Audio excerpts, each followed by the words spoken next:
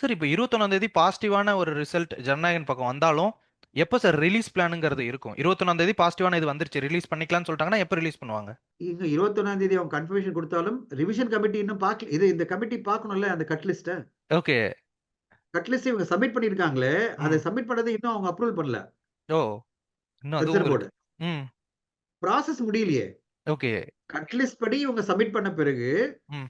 Certificate அவங்க வந்து verify பண்ணிட்டு, கன்ஃபார்ம் பண்ணிட்டு சர்டிபிகேட் குடுத்துருக்கணும். ம். வெரிஃபை பண்ணி முடிக்கலையே. அதுக்கு முன்னாடி தான் லெட்டர் அனுப்பிச்சுட்டாங்களே. ஓகே. இப்ப யுஎஸ் சர்டிபிகேட் குடுக்கணும்னா, அதுக்கு வந்து அவங்க கட் லிஸ்ட் படி பார்ப்பாங்க. ம். இப்போ கோர்ட் என்ன சொல்லியிருக்குன்னா, இவங்க தயாரிப்பாளர் ஒத்துக்கிட்டு உங்களுக்கு கட் லிஸ்ட் படி வந்து எல்லா கட்டும் பண்ணியிருக்காரு. ம். அப்படின்றத இவங்க கன்ஃபார்ம் பண்ணி ஆகணும்ல சென்சார் போர்ட்ல. ஓகே. இப்ப என்ன பண்ணுவாங்க 21ஆம் தேதி நீங்க சொல்ற மாரி ஹைப்போதெட்டிக்கலா நடந்து வச்சுங்களேன். ம். அவங்க அந்த கன்டென்ட்ட திருப்பி குடுங்கன்னுவாங்க. கட் லிஸ்ட் படி சப்மிட் பண்ண கன்டென்ட்ட. ஓகே. இப்ப அத வந்து வெரிஃபை பண்றதுக்கு 1 நாள் ஆகும், 2 நாள் ஆகும். ஆ. அது பிறகு அது வந்து பாம்பே போயிட்டு, அது வந்து அப்ரூவல் வரும். இப்ப நீங்க ஓகே. சொல்றது இது எல்லாமே சென்சார் போர்டு அப்பீல் பண்ணலன்னா. ஓகே. சப்போஸ் 21ஆம் தேதி இங்க சென்னை ஹைகோர்ட்ல சீஃப் ஜஸ்டிஸ் வந்து ஆ ஜஸ்டிஸ் ஆஷா அவர்களுடைய ஜட்ஜ்மென்ட் வேலிட் ம். அப்படின்னு ஒத்துக்கிட்டாருன்னு வச்சுக்கங்க. ம். ஜட்ஜ்மென்ட் ஓகேன்னு சொல்லிட்டாருன்னா, சென்சார் போர்டு வந்து சுப்ரீம் கோர்ட் போகும். ஓகே. சோ விடாது கருப்பு மாரி தான். ஓகே. ஓகே. இப்படி போனாலும் முட்டும், அப்படி போனாலும் முட்ட போது.